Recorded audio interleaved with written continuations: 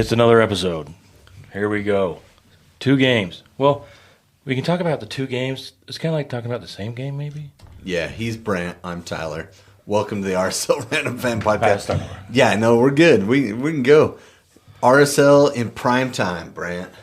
We were thinking it might be better than Wednesday. Were we? I mean, when Vera hit that banger, we were like, he's coming, he's bringing it. I see you, Vera. Yeah, well, let's talk about the lineup. The starting lineup for Real Salt Lake in the Sunday night game, which was one player different than the first game, right? Yep. Because of RSL tends to get red cards. I don't know if you know. I know. It's been a weird season. Weird season. So I'm surprised RSL. we didn't get one in this second game. Captain Cabral. We can talk about that. Yeah. Captain Cabral in goal. Yedlin, Glad, Vera, Catranis along the back. Gozo, Kaliskan, Ojeda, Luna, Cruz, and Piol replacing Olatunji up top. Now, I wasn't on the post game, but I wanted to ask Pablo why Kaliskan is a better option than Anelli. I 3 or 4 times throughout the game, he gave the ball away. He didn't hold the ball in tight situations. And I was like, oh, where's my Anelli? He's just so good on the ball, and he's good going forward, pushing forward. And I think that's what we missed in this game, honestly. So, yeah. And I wonder, I was watching the game. This might be like an RSL intervention episode. Yeah, intervention. There is a ton to talk about off the field or about the team, not necessarily the games, but we can talk about them. But what I kept thinking is like, man, Kaliskan, is he a better option than Anelli? Or not Yedlin over there right back? Yeah. I mean, could be. Could be Yedlin tried to run the old offside trap there and kind of got stunned, and you could tell Pablo in the postgame wasn't happy about that. So. No, he was not. It doesn't sound like they even like to work their offside trap. That's not something we do. Yeah, I guess they wanted him to just run with him. I mean, Yedlin's fast. Might have caught him, but play a more honest defense. Is that kind of more straight up? Is that what he was talking about? Yeah. Like, don't worry about where offside is. Just go. Just play. Don't try to jump up or, which is what he kind of did. Because on first glance, I was like, how is he so through and wide open and Glad's fast and Yedlin's fast and, Vera's not super fast, but sometimes he's super fast. He has a couple bursts of speed, like 30, 40 yards. He's pretty fast. So I was like, man, that play just didn't seem like it fit. You know what I mean? Yeah, it was a really interesting. I thought he was offside. Yeah, when you first saw it, oh man. Yeah. Yep, but I mean that was in the second half. So first half though, I thought we were playing well. Kaliskan had a couple turnovers in the first few minutes, and I was like, why? Then we had a couple corner kicks, and I was like, we can play with these guys. And we had a really beautiful play. 8 minutes in, some back and forth down the right side, and a nice clipped-in cross that found Piol wide open, free header in the box. You got to put it on frame. It did not go on frame. It went over, and those are the things that one thing I've learned this year, I don't know if you know this, Tyler, but goals change games. Oh, wow. And good. And games change goals? No. Not only that. No? But also. It doesn't work the other way around. Games are made up of moments. Oh, right. And so you have to take advantage of those moments. And when you don't take advantage of those moments, you don't score. Well, and I think just to kind of translate for some of you that don't speak Pablo, I think part of what he's saying is, look, we possessed the ball 61% in the second game. In the first game, it was roughly the same thing. Right? We had 21 shots at LAFC. We had like 19-something shots at home.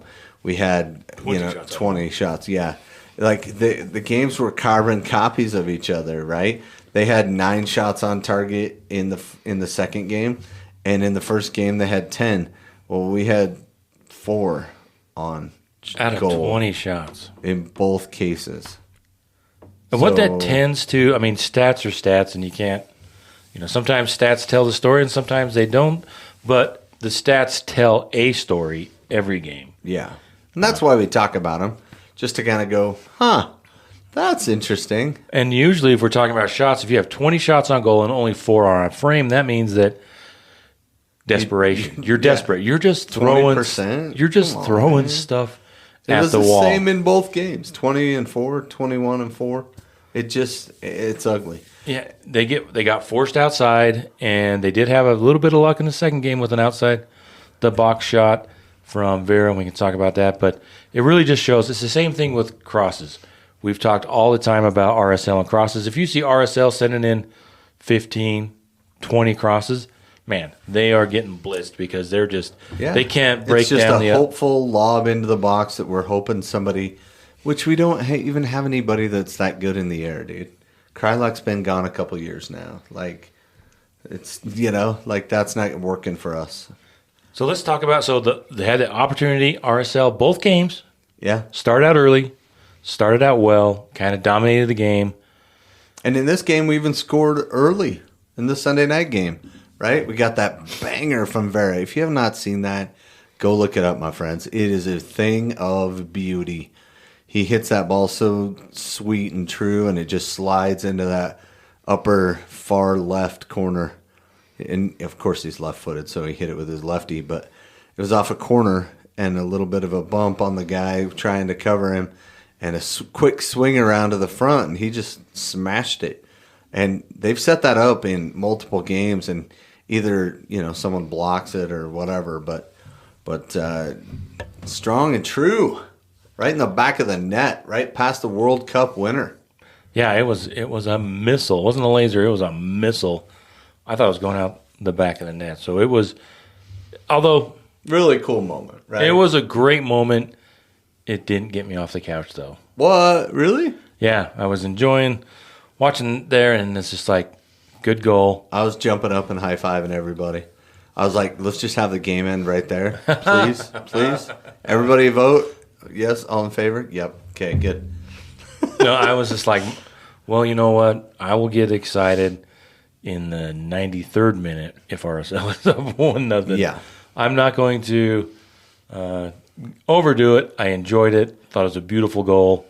And RSL is up 1-0. And it's a little bit of the game is a little bit different. I was remembering a little different looking at the summary. Sun got a great goal. He abused the RSL back line. Yeah, and you're talking about the Wednesday night game, right? Yeah, the first goal because he was up 3-0. Boom. It was kind of here's the funny thing, like the ball kind of ricocheted funny. You know what I mean? And Nilly was back pressing into the middle, and somebody kind of knocked it, and then it went to somebody else, and Hollingshead, and he just played him through right away. And we don't do that much. We're more of stop the ball, look for a pass, hope they're open, maybe look forward now that we missed the easy pass. Now that you know what I mean, we're more methodical, and they're more chaotic, which I think obviously plays in their favor. I think you're being kind with methodical. Well, yeah, we're not super creative, right? Like I think. Oh, and on the first goal it was Tillman. Sorry, the ball came to Tillman. He just whacked it through, and Sun was in. Right. I think a better word is naive.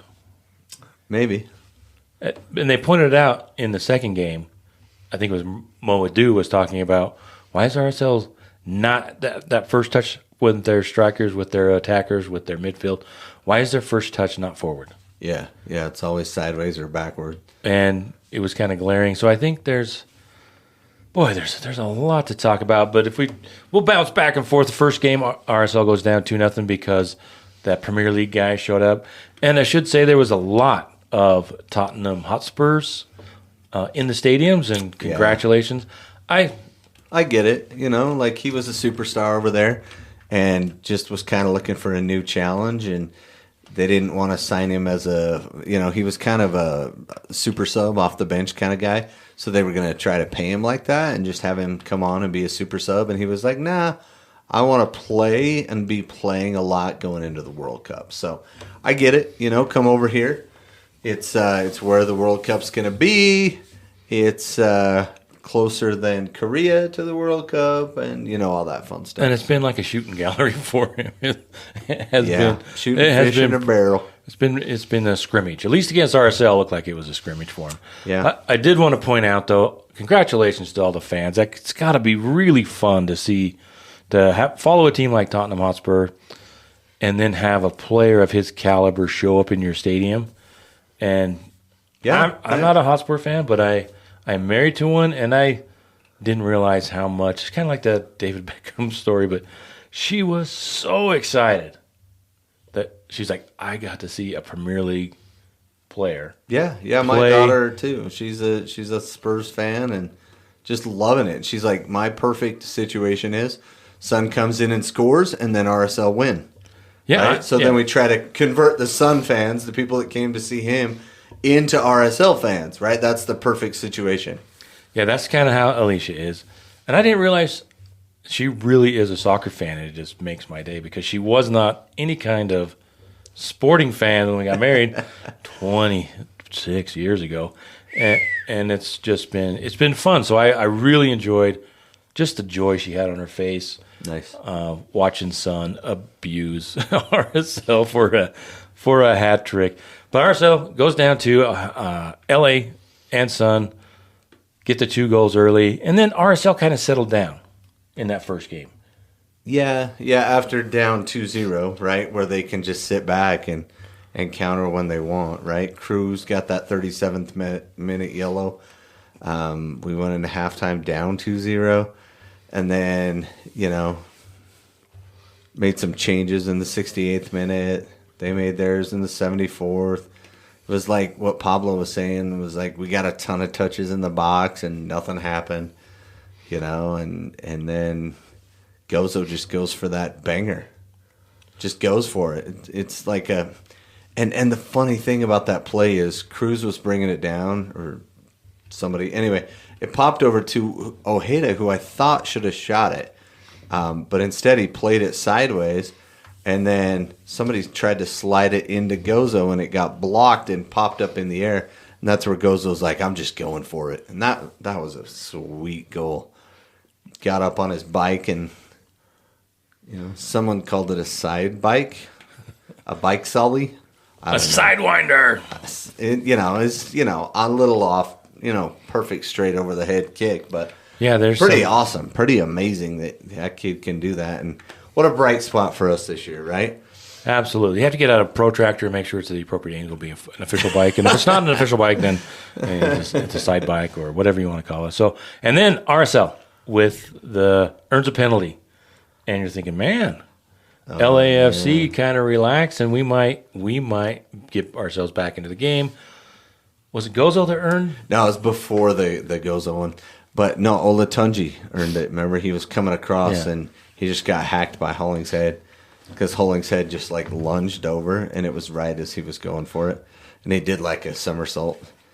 All right, so thank you for that. Reminded me. So the point was that RSL had the opportunity to be tied in the game. And apparently Cruz, in practice, is just money with penalty kicks. He said, and Pablo said he's by far our best penalty taker. And I'm like, interesting. Yeah. It didn't look like it. I hate to stop. And I love it because it messes up the goalie. And it was open. He had more than half the goal to shoot to. He just hit the post. You know what I mean? Yep. And then in the 82nd minute, Sun, that was a breakaway, another big breakaway. Yeah, it's because it was right after we made the change for what's his name? Agata? Yeah, we pulled out Catranas in the 60. No, he got a 62nd minute yellow. And then we pulled out Vera and subbed in Junca in the 68th. And Junca was a little unsteady in this game. He was a little unsteady. And then they made their subs, and that third goal was basically Bawanga breaking away, Junca chasing. Junca was in between the two of them, and Sun played it in between Junca's legs to Sun for the tap in, which is really nice of Bawanga to just give a goal to his buddy who's on a hat trick. But come on, bro. That sucks. Yeah, I remember because I think 2 RSL players, didn't they go slide and go down on the defense? And then Glad got aggressive first and came up, and then Junka pressed as the last man back, which went down. You almost never want to do unless for sure you got it.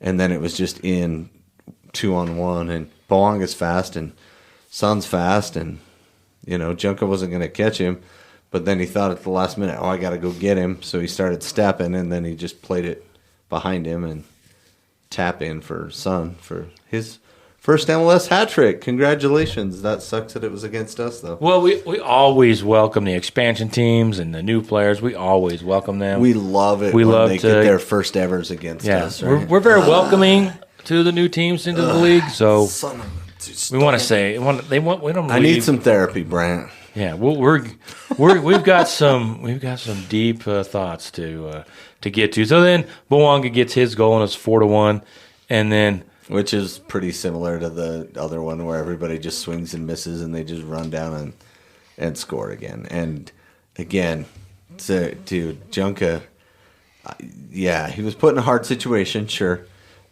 And against 2 of the best players to play one-on-one, that sucks. And he just didn't do well either. You know what I mean? There's making it hard on him, and then there's making it easy on him, and he did not even make it hard on him. They didn't have to score any kind of amazing goal, which, the first 2 in the first half of that game were a little more solid. But and why don't you? I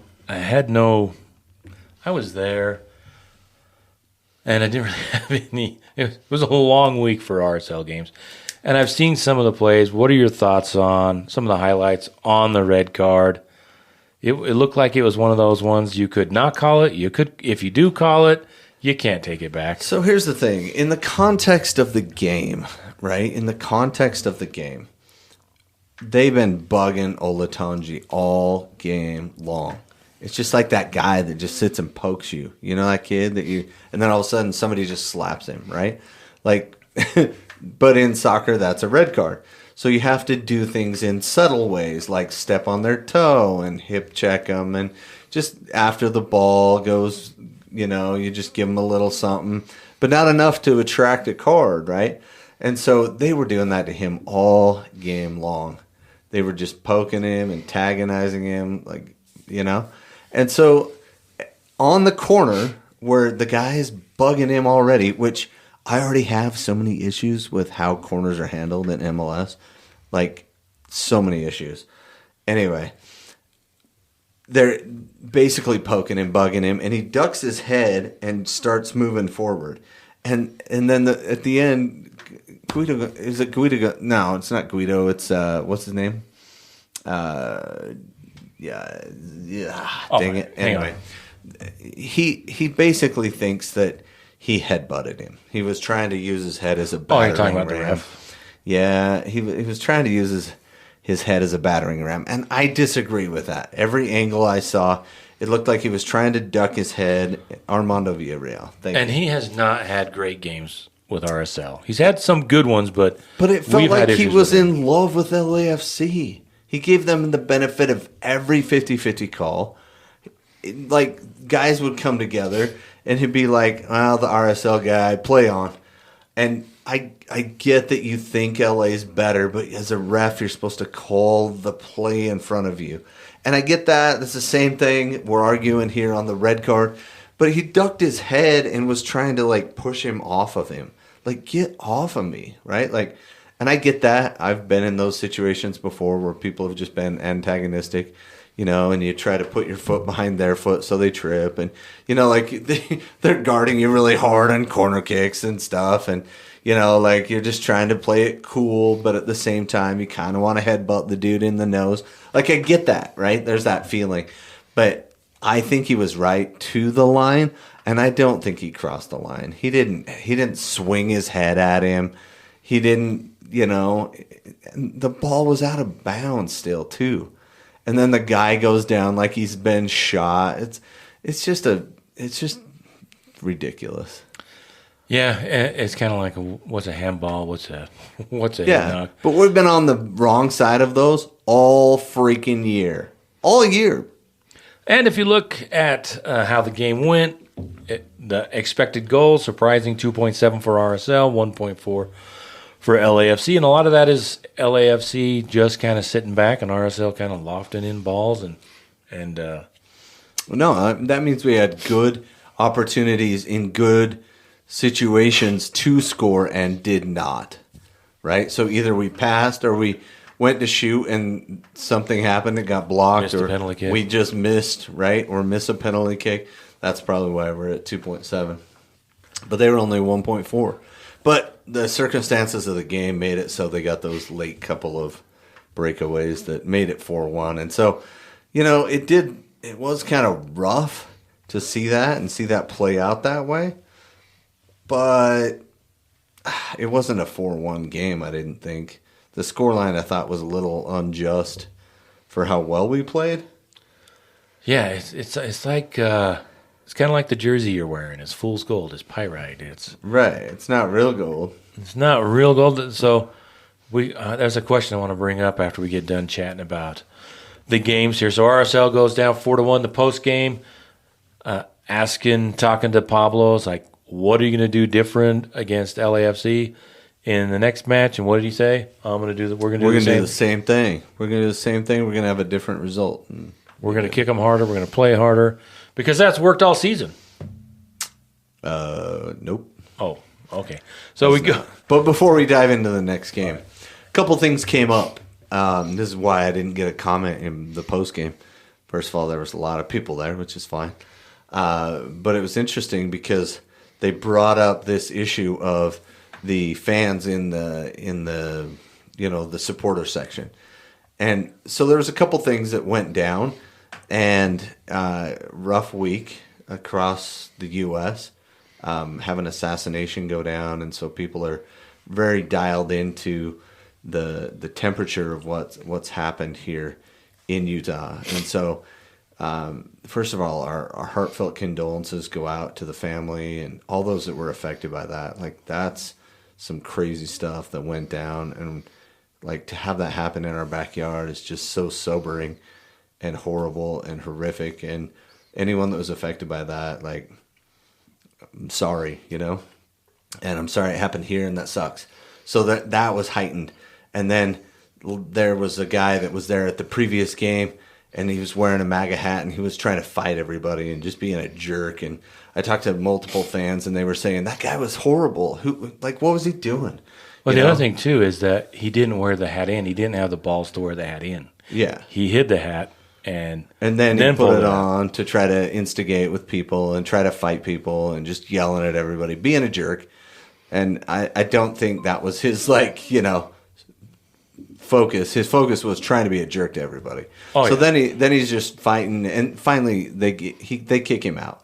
Now he tries to record himself leaving the game, and he's the victim. Himself. Yeah, as if he's the victim, right? Well, and the most, you should know, right? If you go and watch that video, the biggest tip-off is he's wearing a Man City shirt. So the guy. He has no idea what he's doing. No. Absolutely not. You don't know what you're doing. No. Get out of our city. That's the first thing I thought. I was like, Man City, get out of here. Man City? Come on, man. You might as well wear a Sporting Kansas City jersey, dude. And you walk into that, into the supporter section, you're going to get beat up. It's not going to be pretty. Anyway, so he leaves, right? And then the RSL said, hey, look, we didn't kick him out because of the MAGA hat. We'll welcome him back. Trying to downplay the importance of that. And so a lot of the supporters groups were trying to say, wait, you kicked him out because of this, or you didn't, right? So there's this political thing. And then there were a couple of articles that came out about it.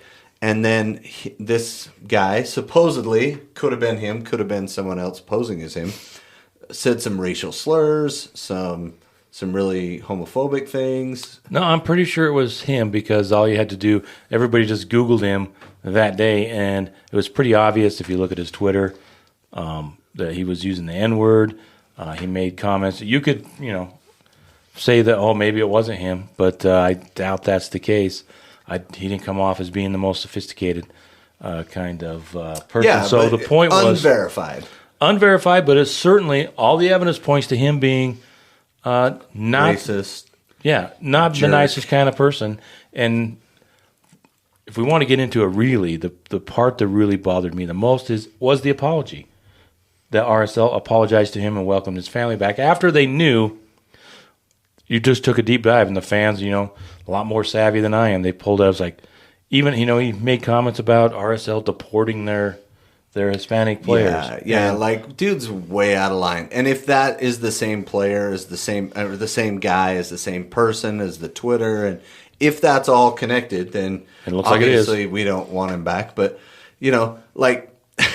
but that kind of all was hot and boiling over, I guess. And so in the post game, Pablo got a couple questions on it, right? About what are we doing if we're welcoming this guy back? He's full of hatred and all these things, and Pablo's like, I coached the team. Like, I was watching him going, oh, bro, that's a tough question. But it is. It was brought up thoughtfully.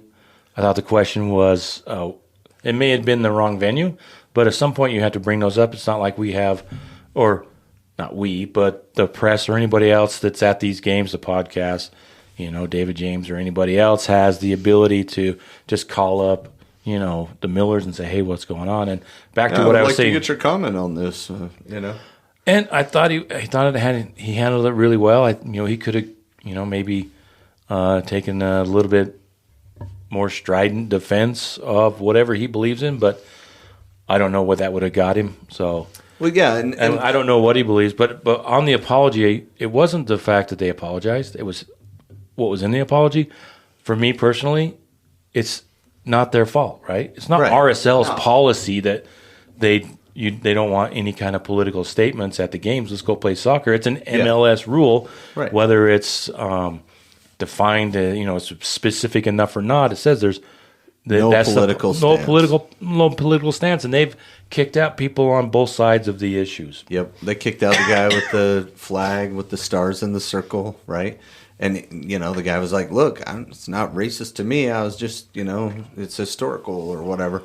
And maybe it was, maybe it wasn't. But, there's certain things you just can't do at the Real games. And that's fine because that's all through MLS, right? And a lot of it, I think, too, is it was the hypersensitivity about, what happened here. Maybe if it happened somewhere else, it's not as people aren't on pins and needles as they were here because they don't want everybody, they want everybody to feel safe at the Real game, right? And everybody in the moment just wants to overreact, whether you're on one side of an issue or on the other side of the issue, right? Everybody's just overreacting, and then in the end, like, hey, there's not a lot we can do anyway, And Real met with the supporters groups, and then the supporters group said, hey, we're satisfied with the response we got from ownership, and because the strongly worded letter from the fan groups were, we want to see this addressed, basically. And it sounds like it was according to what they did, but they didn't cheer in the whole first half. And I thought that was a great statement. And it was asked, Pablo said that the players didn't hear it, and they probably didn't. I mean, you get locked in. Yeah, you're focused, but you could feel it in the stands. I wasn't in the press box. My wife and I, like I said, I was with the Tottenham fans. It was eerie, man. It was eerie how. I mean, I put a couple clips out there of how quiet it was with the game going on, and that normally isn't the case. It was pretty quiet. It's like that was COVID days. It was a great response by the supporter section. I give them a hard time for their disunity. There's 17 different sectors. Yeah, and it looks like there are a lot of people in the South End working hard to bring them all together. And I can't really cast aspersions. I'm not over there. So yeah, I go over there when I'm not in the press box, but I would love to see it a little bit more like the 32, 52? 32, 52. That's a nice supporter section. Yeah, they're all together. They're all doing the same thing. They all follow along. I love it when everybody bounces when they're back bouncing. and forth. I know, that's why I was doing this, right? Like that's like the fun of a soccer game, going and bouncing around and yelling and screaming and So that was it was interesting. We try not to be political on here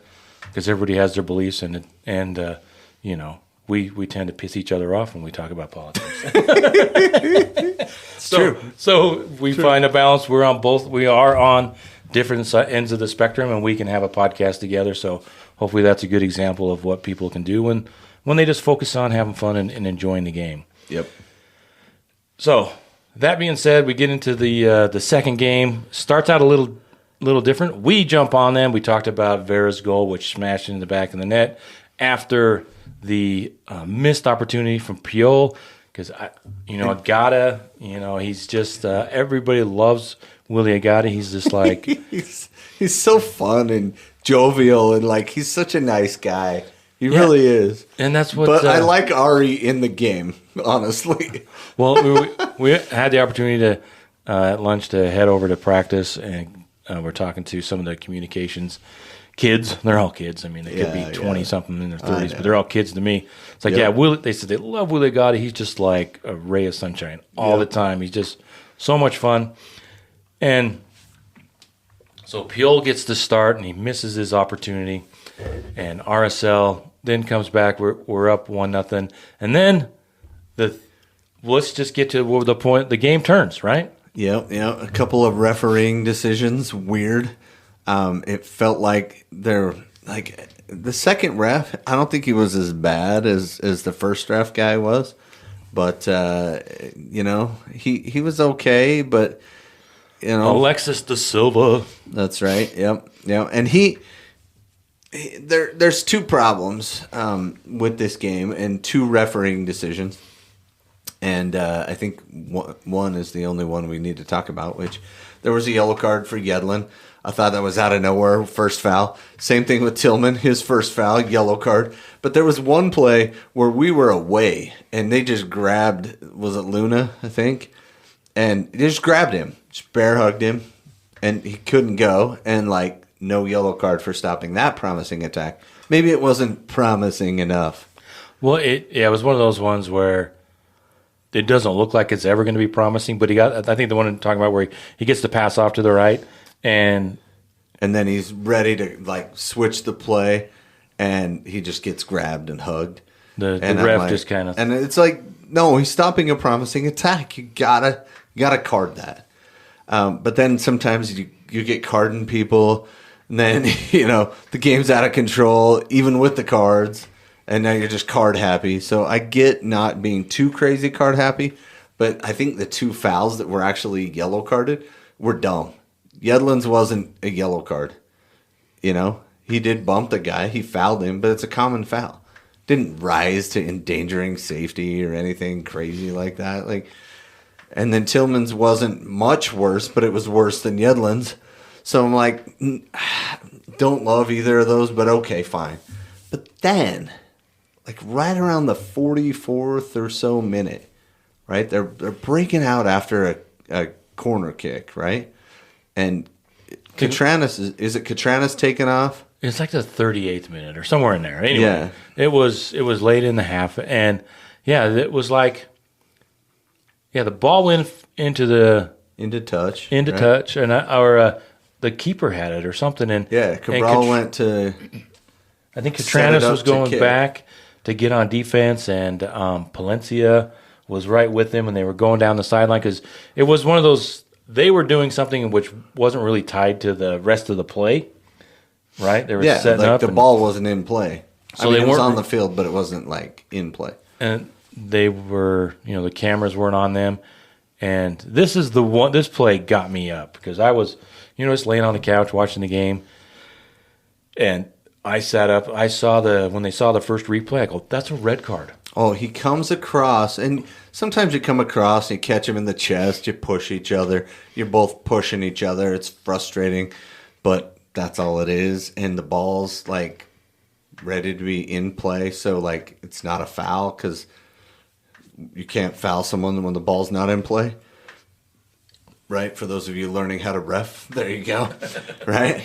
But if it rises to the level of yellow card or red card, then you still take action, right? So I'm thinking, okay, it's easily a yellow, but you don't review yellow cards. It was a straight up. It was but then you red. see again that his elbow came up and got right in his ear. You could see him lift his elbow, decked him, going for the head. And he just clocked him so hard. And there wasn't a replay. There wasn't a fourth official. It happened right in front of the fourth official. Right in front of him. There wasn't a replay. I mean, they showed it one time on the broadcast. Then there was nothing. They did not review it. Pablo's out there yelling at him like, that's an effing red card. And I think in the postgame when he was talking to you about it, he almost said that, right? Well, yeah, he almost said the F word when it talks about, I think, players making plays. We have to make our plays. We got to make some plays. Yeah. So I don't know how that wasn't a red card other than it's LAFC. And within 2 minutes, they went down and scored. Yeah, the first goal Maybe it was 4 minutes. But first goal from Bouanga, that was really beautiful. That was a beautiful setup, and they just sliced. So let's talk about that, because Bouanga has the ball, and he passes it to Son, and it deflects off of Glad. Like, if you watch this playback, he played it, Glad blocked it, but it still went right to Son. So I think that's why Glad ended up so far out of position, because he hit it. So he's like, oh, I got it. And then he's, turned to go with, we got the ball, right? Like, he thought, I deflected that, so it's going to go to us. But it went right to Son, who played it right into Bouanga. And now Glad was, like, out of position, turned the wrong way. And Bouanga just one-timed it right in the back corner. Oh, poor Cabral, man. He got hung out to dry. But it was all Son's reaction. And, Bouanga was doing the give and go anyway. But, like, Glad was like, I blocked it. You know what I mean? And so it was like this. So Glad was way out of position. And then Vera stepping wasn't quite there either. And, you got to count that as a lucky goal. It deflected off our guy and went right to them, who played it in, and then they scored. Well, I don't know. That's pretty lucky. So it's still at that point, I was like, that's pretty lucky. We'll just go in at halftime 1-1, and maybe we sneak out of here with a point. It kind of goes back to what Moadu was saying. It's like, why is RSL not putting themselves in a better position with every touch, right? Touching the play, they're not going forward. But that's what Anelli does. He wasn't even in. But that's kind of what LAFC does all the time. These better teams.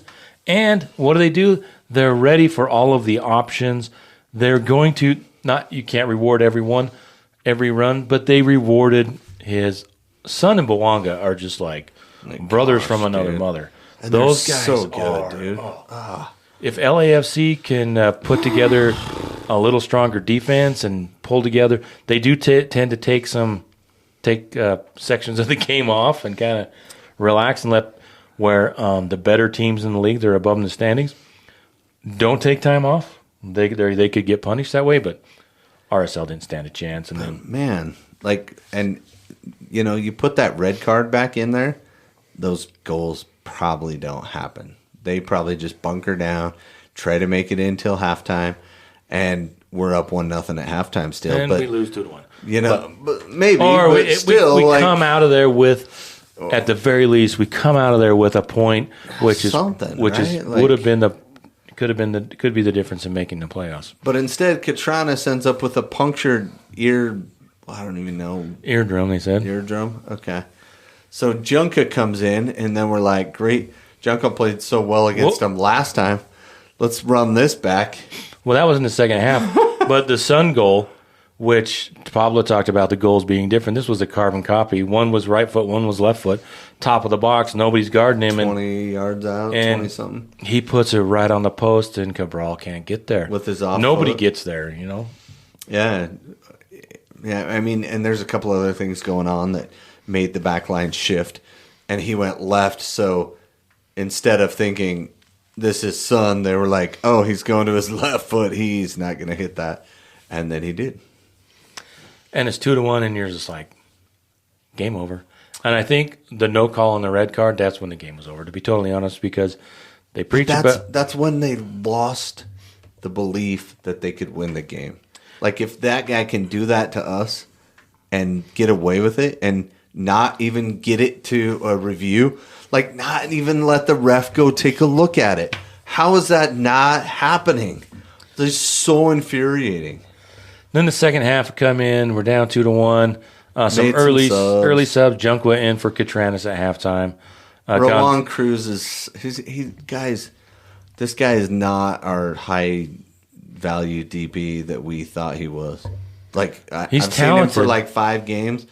He has no goals. He has a lot of like ambition sometimes, but if this is it, like send him back. You know what I mean? Yeah, and I think he can fit in here and do some good stuff, but he's not doing it right now. And I would argue, I think he's better than Gonzalez. I think he brings more, but Not dramatically more. Not dramatically more, but also I don't know if we have the coaching staff, the tactics to put together a winning options for the players that we have. But we can talk about it after the game. Yeah, but Gonzalez came in for Cruz, which he kind of brought the game up a touch, and that's what made me think, oh, dang, if Gonzalez is out playing Cruz right now, that's not good. He's supposed to be our up-and-comer, our new DP, and he's sitting down. Which My thoughts when Gonzalez and Gata come in is just like, sub him in, it's like going down a man. Yeah, it's like, all right, we're down 2-1. Let's flop out these two and see what happens. Yeah. That's what I thought. It was like roll the dice. That's all the changes seem to be. That's what it looked like. Roll the dice. Yeah. All season, roll the dice, see what happens. And then RSL, to their credit, they did have some. A lot of it might be LAFC just turning off for a little bit, and RSL was putting pressure. And then they made some subs in the 70th minute. They brought in Hollingshead, Moran, and Schwanier, however you say his name, and then Bowanga gets the third goal, and it's 3-1. Moran created it with his hustle. And then it's Tasson and Bowanga, and then 3-1, and then we're all pissed. And then we get to see Emeka and Nelly in the 74th minute. And the funny thing was, they didn't even sub him in for Caliscan. Something Subbed him in for Ojeda. And I'm like, where did Ruiz go? Did he... He's had a quad injury. He was out. He was practicing today. All right, well, it obviously Pablo doesn't love the Onelli like we do. The Onelli. What did we decide on that? And it was 3 games in a week, right? So managing, but when the season's on the line, maybe you play your best players. And Nelly and Ojeda are our best midfield. I don't even think it's close. And we can. The last 2 games against LAFC, they did a great job, limiting Luna. Yeah, and all the way till the 88th minute, and then Berea came in for him, and by then I was kind of checked out. I was watching the game, but I was very numb for what was happening, and I was like, ah! All right, so RSL loses both games, pretty much carbon copy. A little different, I guess you could. Different moments, of course. Different moments. You can split hairs if you want. But it was 4-1. If you're going to give Son a hat trick, you got to give Bowanga a hat trick. So that was very generous. We talked about how generous How giving RSL is to the new 8-2 in back-to-back games. So it's like those games in Europe where Man City plays like Udinese or some like lower division Spanish club or Italian side that's halfway down the table, and they just work them, right? That's what it felt like. Felt like they didn't even have to try that hard to just beat the crap out of us. That's disheartening. Yeah, and that's why we got to talk about this to everybody, right? We got to talk us down, Brandt. Let's get into a little bit of therapy, but before we do. We've been so focused on, all the things. Any orange slices the last 2 games? There's got to be a couple. Oh yeah, both goals, bangers, both goals, so, wasting those beautiful goals. Vera in the second game, and Gozo in the first. Yeah, and Gozo played relatively well. He tracked back on defense. He came back and disrupted stuff. Did really well. I think Gozo's the bright spot, and him going away to the World Cup might mean the difference between making and not making the playoffs, even though I think we're out at this point anyway. Yeah, and that's so hard that's so weird to say because we're only 3 points out of the playoff spot.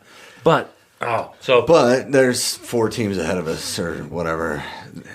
Anyway, we'll get to that in a second. What were you going to say about this? Well, I wanted to talk about maybe it's just come to a realization. How do you want to put it? Maybe we don't talk ourselves down, and maybe let's have a reality check. One of the things I want to talk about, and this came up. I'm on the big soccer board. I've brought it up a couple of times. There's a great little community there of RSL fans that have been talking about RSL from the very beginning. And it's big soccer, and it's the RSL forum. And I wanted to share a couple of things that were brought up. Some great posters on there. I'll give him credit, 15 to 32. Because we talk about this all the time, but he may articulate a little better than we do. Because I'll just say church ball, right? Talking about Palencia and the Catranas. And he says, from my limited, uneducated perspective, Pablo has neutered this team of key team sport functions and emotions. He seemed to have swung the pendulum so far in the introspective direction that this team lacks bite and a sense of aggression. Evidence of it, like the lack of any response to Catranas, is becoming more and more plentiful. It concerns me that the team doesn't have some basic we versus them mentality that this club has to have. That's from 15 to 32. Very knowledgeable soccer fan on. And he says it a lot better than me just saying, hey, you know what? Why didn't we church ball the crap out of Palencia? Nobody went for his head, and the guy stayed on the game. Ojeda caught him. Ojeda caught him later in the game. Not good enough. Oh, he headbutted him. What are you talking about? Not good enough. That's not good enough. Okay. All right. Fair. So if we're going down, but see, this is the, and I kind of like this, but it takes me back to my playing days, right? Where, okay, we might lose this game, but this guy's going to go home with a pain in his thigh. You know what I mean? My knee is going to catch his thigh next play. And I'm not saying you hurt somebody. I'm not saying. Not to break anything. Just, catch him right in his muscle so that tomorrow he's that's going to hurt. There wasn't anything like that. And the point isn't necessarily, why didn't you go after Palencia? The point is, has Pablo taken that out of the team? Why does RSL not have bite? Is it just because? Yeah. And this is where stoic philosophy kind of comes in, right? I get, and we're going to kind of juxtapose for a minute. Brian, with stoic philosophy. So Brian comes to RSL, right? He's there at the first game. He scores the header. All that emotion. He posts the flag, right? Dunny's woohoo, yeah. But Dunny was vicious, dude. I was, if you were a fan like we were, and you went to those games up at Rice Eccles Stadium, and you saw some of the head nods between the players where they were like, that dude just cheap shotted me. You got him? And they would be like, yep. And then next play, boom, he'd just get shouldered right in the back and kind of cheap shot, right? And just slam. And then the play would go on and would all move on. And, there wasn't video review back then. And I think that maybe that's where that kind of started catching up to us. Well, you just have to be better at it. Well, and Kyle was the original enforcer, right? Once he came on, then it was us against them. And it was I'm going to hit you right at the start of the game, and I'm going to make fun of you the whole game, and I'm going to just, and we don't see hardly any of that anymore. And I think that's a fun part of soccer. What do you think? Well, I think it's part of every sport, engendering, creating respect from the other team for you, right? LAFC doesn't respect. MLS teams don't respect RSL at the moment. They aren't scared of them. They're not worried they're going to score on them. They don't necessarily respect them. Not that you have to, but that's just kind of maybe respect's not the word, but they don't fear them. They aren't intimidated by them in any way. And thinking about that, Chris Winger was another one. Yep. Oh, he had some great tackles. And, of course, you don't see a ton of crunching tackles like you used to and across the board in the game, in Europe and here. And not necessarily good or bad. You want to see a game flow, and you want to see the best players out there, and you want to see a beautiful game. But one of my favorite things about Kyle Beckerman that I'll never forget, and it kind of, as I've learned the game and watched the game, there was a game where the mic caught him. He was talking to the ref, and this was after somebody fouled him or one of our players, and he said to the ref, "I get a free one, right?" And so it was like some of those unwritten rules. I heard it clear as day. Okay, he took that on me. I get a free one on him because he was the captain of the club. So there's kind of like these unwritten rules in all of the sports. Baseball has more unwritten rules than written rules, but there's those things. And I think RSL, I think it's a great point. It's something to think about. That Pablo, you know, these guys are reading a lot of books. That's great. Just to be facetious, but there is a little bit of that Stoic philosophy. There is a little bit. There isn't enough physical, intimidating play from RSL. Yeah. And I'm not saying they should have hurt Palencia, but I don't know that, he went home any worse for wear after. And Catranes sure did. Yeah, after clocking him. But another thing I wanted to bring up, this is from Jay Lon again. He's going to say it's a lot more articulate than we are. I am, at least. He says, I think one of the biggest issues with RSL culture, we keep wanting to fix the weakest part, but when the whole thing is broken, fixing the weakest link doesn't change much. For example, Olatunji and Cruz are huge upgrades to Agapito and Jago, but has that really helped? No. Why? Because no one on the team outside of Cabral is good enough. Maybe Luna. He says, we need wholesale changes with a change in culture where the top of the league is the standard. So he says, I have no idea if the owners care about winning enough to do this. And I think that is a great question. Well, if that's the case, then basically one of them is saying the players aren't good enough, and then the other one's basically saying the front office isn't good enough. Well, I don't Not my words, theirs. No, I think it's more like on the first one is more like the team it doesn't have bite because they're so focused on the intangibles, philosophy, and not bite. Whereas this one is more like RSL overall is always changing the weakest link, and maybe it's time for an overhaul. Where you're talking about the general manager, you're talking about all the coaching, you're talking about the front office, because we are in this cycle where we are back to, we had one great season last year, all kinds of off-field situations, and now we're back to, trying to eke our way into the playoffs. So, well, I agree with you on that, and you and I were talking before the podcast about that moment where you asked Pablo after this second 4-1 loss, like, you did the same thing and you got the same result. Right? And then you basically turned around and said, like, isn't that, like, I don't know, you didn't say the definition of insanity, but he, he was like, no, they're very different games, and those moments were very different in the two games. They just figured out multiple ways to beat us. And then we were talking about that foul on Catranes where he just gets clocked, right? And what did he say to you? Well, he brought up the fact that what we've been lamenting, that we just haven't got the calls all season. All season. And maybe when you focus on that, it's kind of like what you put out in the universe, you get back, right? Do you want to, if you put out kindness, you're going to get kindness back, hopefully. Excuse me. So what are we putting out there to get red cards? To get BS calls from refs. Like, we got the Olatunji duck your head and run, even though he wasn't running at the guy stuck his head in the way of his head. So now it's a headbutt and a violent conduct. Come on, man.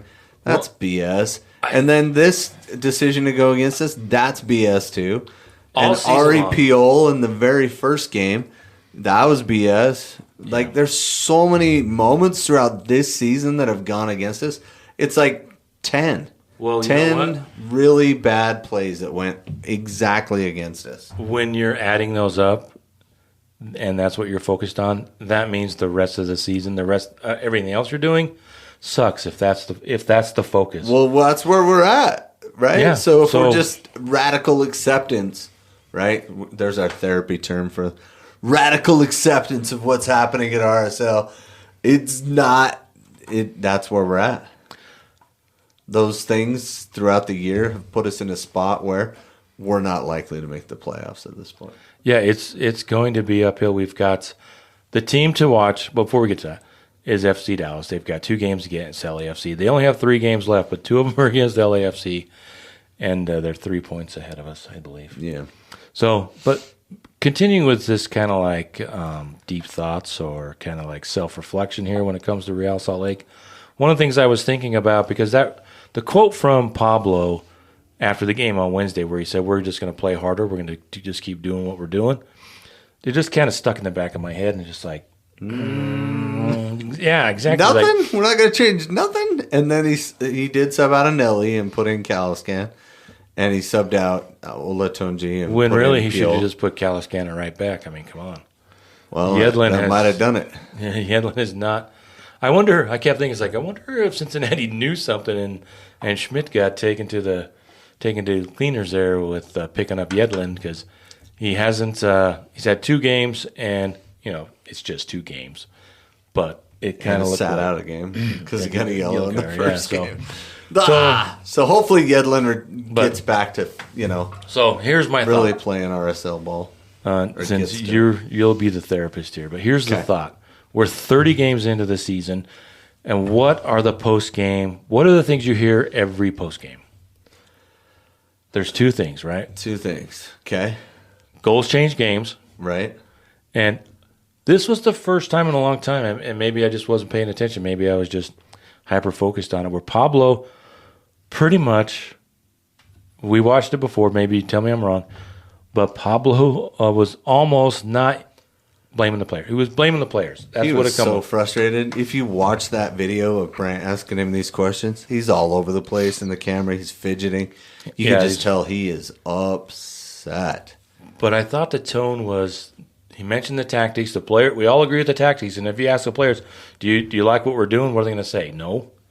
They're going to say, yeah. Oh yeah, we're good. We're getting into dangerous spots. We're doing all these things, and you're not going to tell your coach no. You're not going to have an intervention with your coach and say, hey, you know what, this isn't working. Yeah, well, but maybe they're asking it in a different way. They might be saying, how can we play better to help you, flourish in this environment? And then they're saying, no, I think what we're doing is good, but here's how to make it great, or they don't have ideas. And that's the coaching.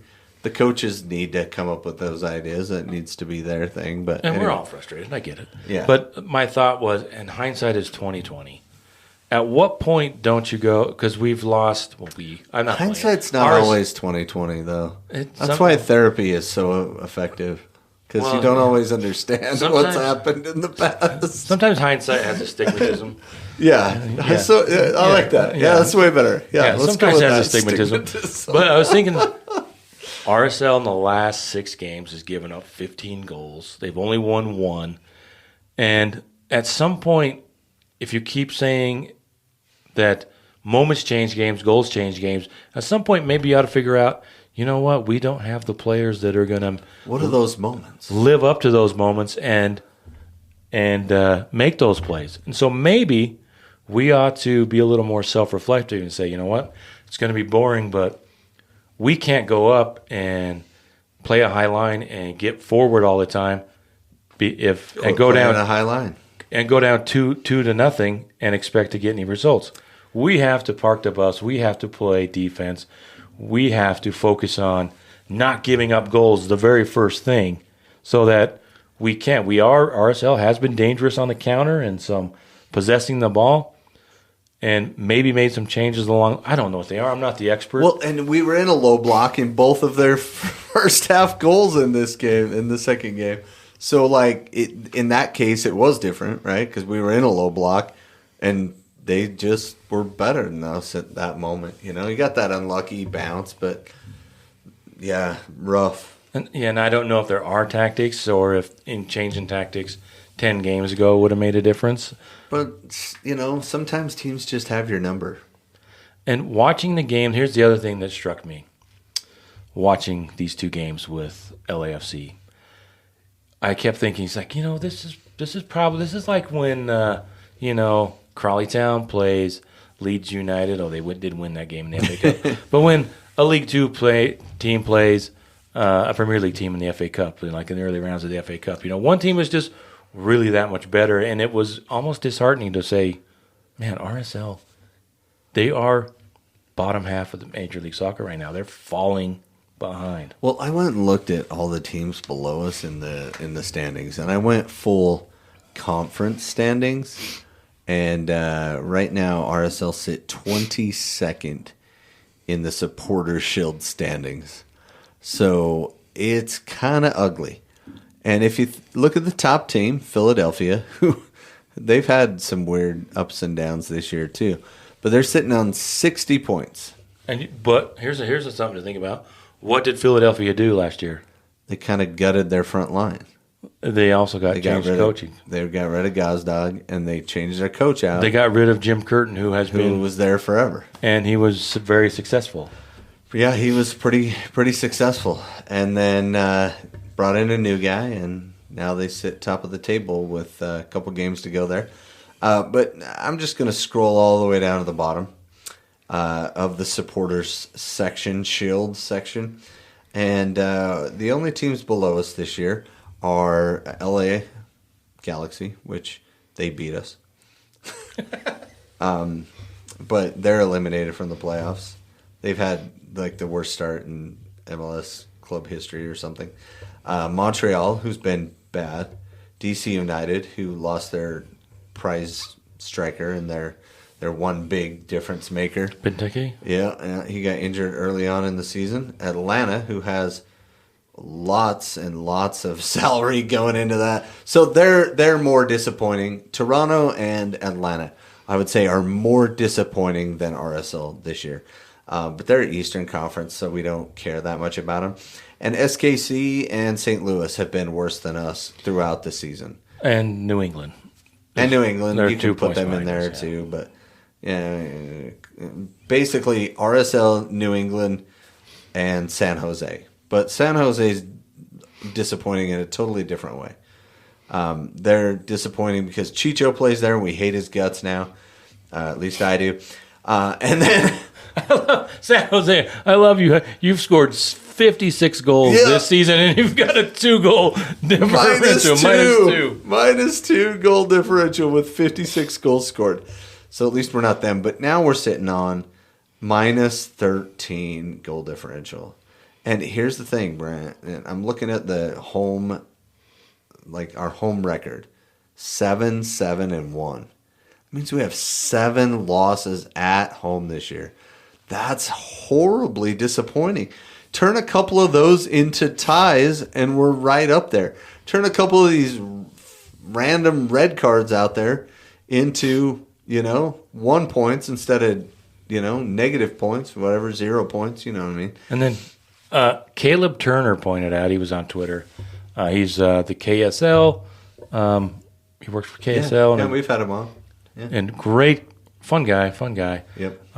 And he was pointing out that RSL has 16 losses. This was on his Twitter, and that's the most league, losses in their history, except for the first season when they lost 22. And he says there's 4 games less. I don't know if he was trying to say, hey, you know what? They're not going to get to 22, like he was hoping they would get to. I'm just kidding.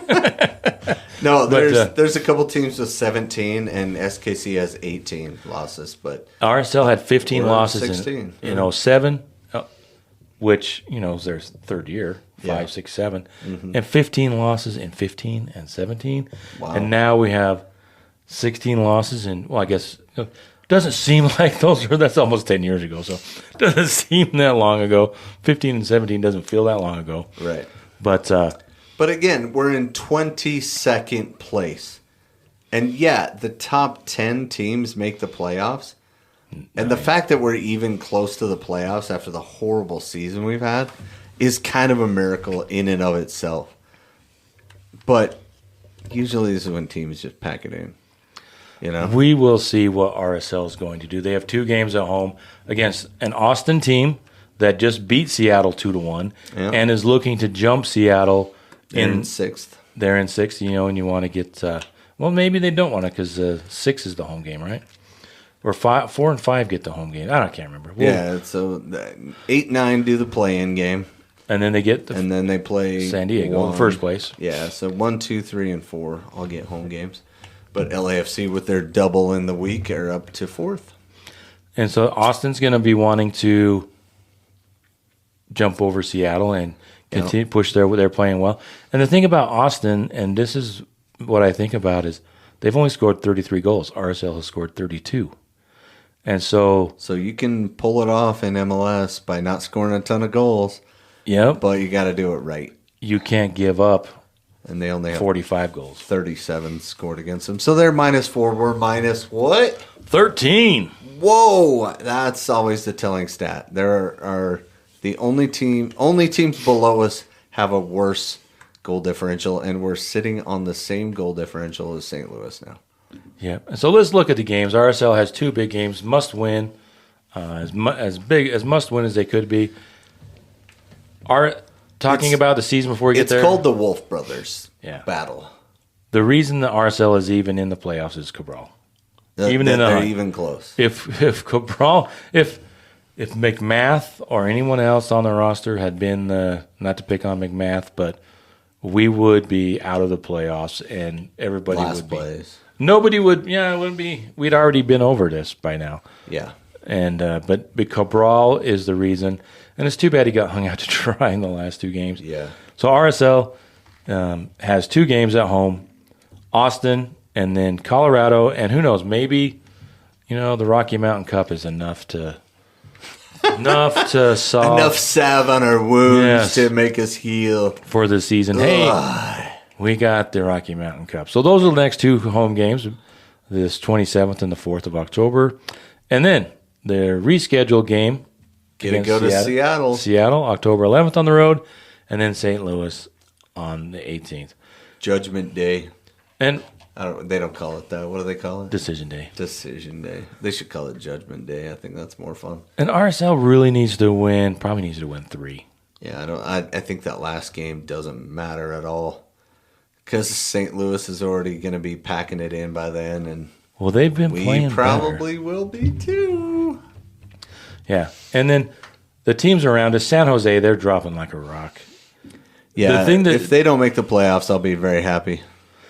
And it's the classic Chicha move, right? Yeah, and so the teams above us, they do have just like RSL, they got some. It's really interesting. They have some really tough end of the season. San Jose, at San Diego, at Vancouver, home to Austin. Well. Yeah. That is brutal. That plays in RSL's favor. What about Houston? Houston, they have Nashville away. San Diego at home. Sporting KC. On the final game. Final game away. So they only have 3 games. Yeah, a lot of teams still have 3 games left. So, but we're still have 4. But that's no walk in the park. And then FC Dallas, like I said, they have Portland, who just lost, I think. And they have Portland away, and then they have Galaxy at home, Galaxy away, and they finish with Vancouver. So they have 2 Galaxy give-up games? Yeah. This is the team I've been saying for weeks that we've had to watch them end up in the playoffs. And Colorado has us, Minnesota. And they're that's number 2. Another team I wish didn't make the playoffs. But they're in second place. I really don't like Minnesota. I don't like the way they play. I love that they lost on the weekend. That makes me happy. The Colorado-Minnesota game, I can't cheer for either team. So you got Colorado, Minnesota, then RSL, Colorado, and then LAFC at home for Colorado. So looks rough for them. That's tough. And then Portland, everybody else. I think Austin's far. Although we'll read out Austin's too. So anything could happen. It doesn't feel like it, but Portland play the top half of the. Portland has Vancouver, Dallas, Seattle, and San Diego. Yeah. That's a rough one. And then Austin, finish it off since Brendan's not here, so we'll say, if you're still listening. They still have 5 games left. The thing with Austin on Saturday we didn't talk about, they might rotate. When do you rotate? Because next Wednesday they play the final between Austin and Nashville in the U.S. Open Cup. Do they Do they rotate go against for Real the Salt win? Lake, or do they rotate, Yes, against? rotate against Real Salt Lake, take the loss at altitude, and then go for it in Nashville. That's my advice to them. Or do they come really in? matters. Yeah. Or do they come in and go after a weakened RSL team and then play the U.S. Open Cup and rotate against St. Louis? They're almost out of the playoffs anyway. So then they finish with yeah. Then they finish with LAFC in San Jose. So, But if we lose on Saturday to Austin at home, oh, it's done. Then yeah, the only thing that would be more insulting than that is if little brother Wolf scores on big brother Wolf, right? Yeah. Owen and Tyler.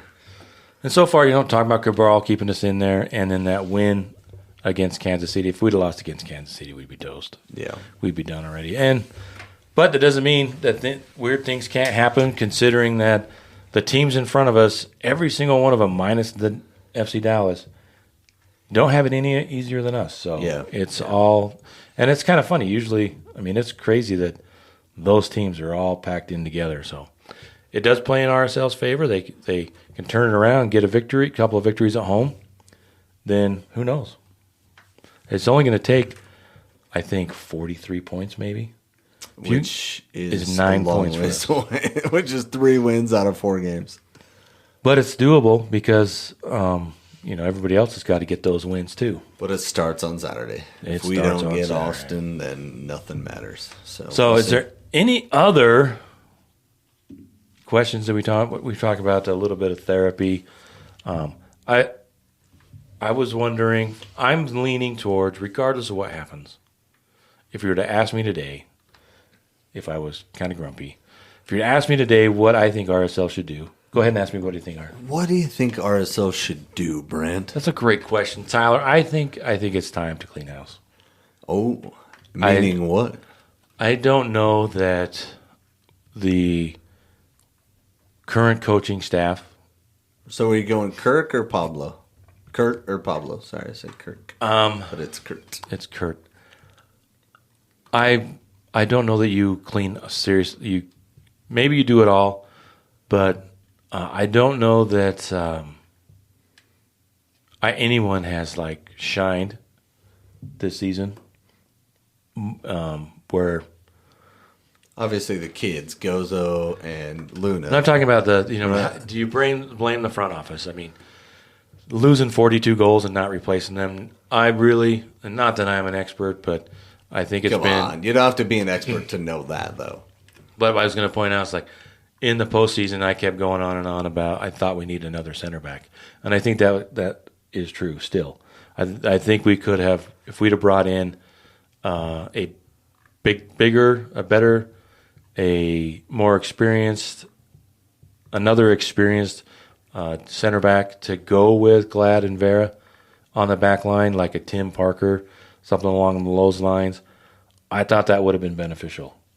I don't know if it would have made a difference, but I think that if it was me, I think you need to go out and find a coach that has more experience in the international realm.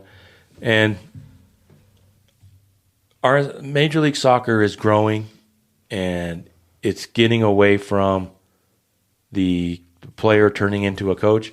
A lot of coaches were former players, but I think the window for former MLS players to become MLS coaches, it needs to be longer because there needs to be more experience.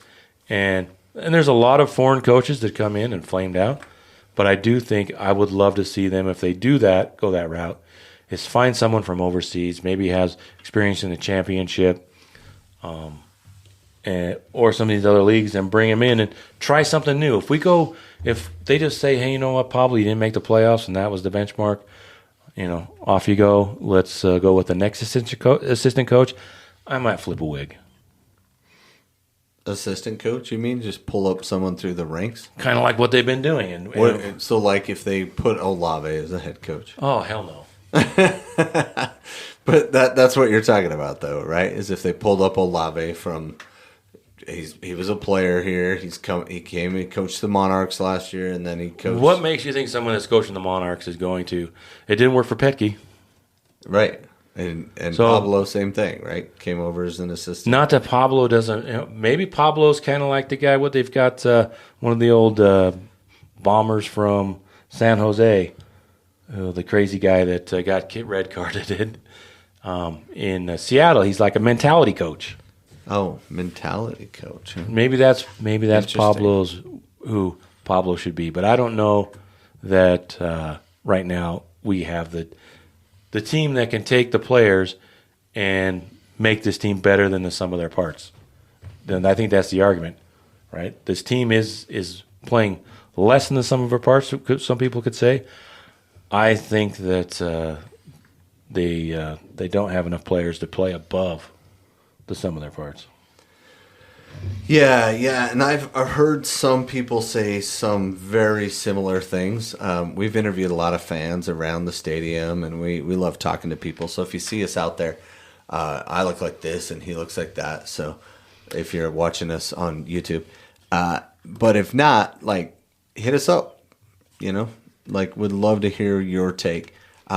Here's what I think is going to happen, and I don't have an opinion whether we should or should not, which is kind of strange. That is very strange for you, Tyler. But I'm taking a stoic philosophy here where I'm saying whatever happens, I think ownership will be more bought in next year, right? I think they'll say, okay, we got these guys in the summer transfer. Next year they better be good or you're out, that kind of a thing, right? Like, okay, we're going to give you the down year. We're going to give you all these horrible decisions went against us.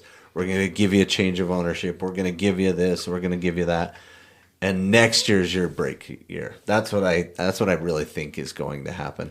And so everybody gets a new year, and unless you're not getting along, then you're out of alignment with the stars and stuff, and you need to move on and find your new club, like Bodie Hidalgo had to do.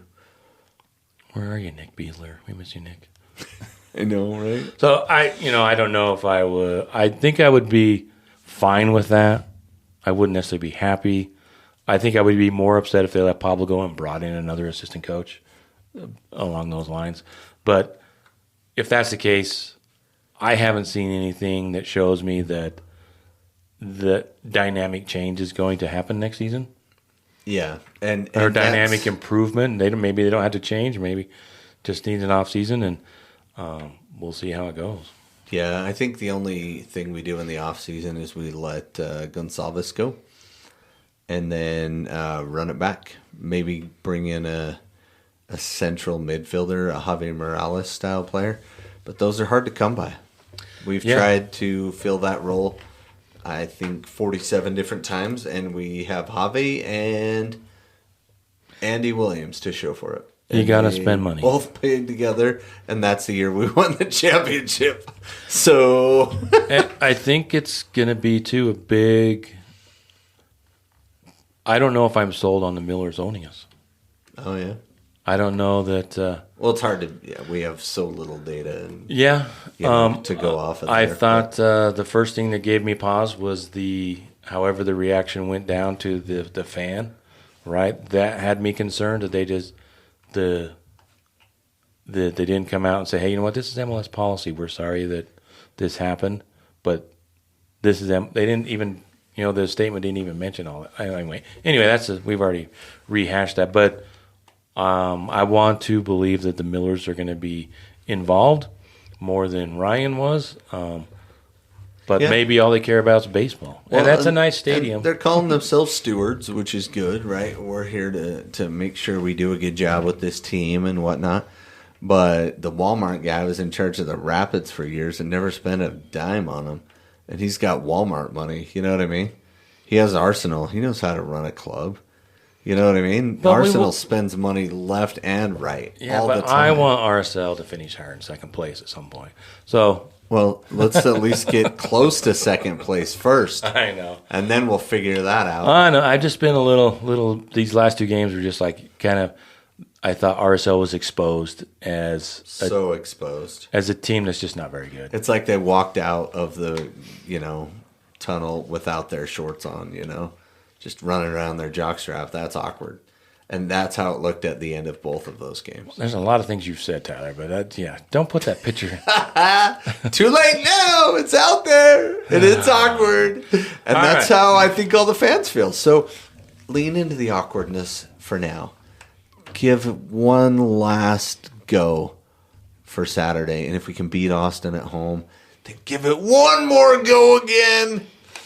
And if not, if we're out on on Saturday, then blame the refs. It's never our fault. No, it's not the fans' fault. Never the fans' fault. And that's what we're all about, is the fans. So we're here for you. Hang in there, guys. There's always next year. And let us know. Are you on the edge, on the precipice like I am? Just like say, hey, blow it all up. Because the thing that worries me the most is like 12 months from now, we're talking about, how we almost made the playoffs. So yeah, if that's the case, then definitely next year will be blow up year. But I think the Millers try to go for longevity. I think that's their calling card. So unless Pablo's like, hey, I'm out, my family's back in Colorado, I'm gonna go. If they have a 1-1 and he gets all, Yeah, and that's the thing about that longevity too, because I always tell the Jazz fans, like, if you ever want to see a championship trophy, you come down State Street, hang a right at Raimondo Drive, you go in there, and that's where you'll see the championship for the state of Utah, or wherever the whoever has the ABA trophy in the Utah Stars, wherever that thing is. If that was real or not, it was. And then the Monarchs have the other one. That's true. That's the second tier, but they still have one. Yeah, so they have a trophy in the case. Those junior Jazz kids, if you want to see a trophy, go down to the Monarchs. And we got Eastern. I mean, there's so anyway. So anyway. Thanks for listening. We hope I don't know if we talked to anybody, made anybody feel better or not. Hopefully. Tyler's going to believe. Inspired stoically. We're good. I'll stand up and believe. We'll see how. Well, you don't even have to believe. Just take some emotion out of it, so that you're not hurt personally when we lose. Hang in there, my friends. There's better things to come. And get to the game on Saturday if you can. Yeah, there's nothing better than being there at the Riot. It's an amazing experience. So follow us on all the social media, wherever you get your social media. Like us, give us some reviews. TikTok us. Yeah, we're on TikTok. The old guy's trying to figure out Brandt. TikTok. He's all TikTok, which is great. He's really good at it. I do like TikTok. I got a lot to figure out. I mean, you're better at it than either one of us. So, and thanks to Russell, Grizz father. We finally got him his kit. He won. Oh, thanks for being patient with us, Grizz. Yeah, he said he listens. So nice. I guess that's how he won. So yeah. So we appreciate what a free that. Jersey. And we will see you Saturday at the Riot.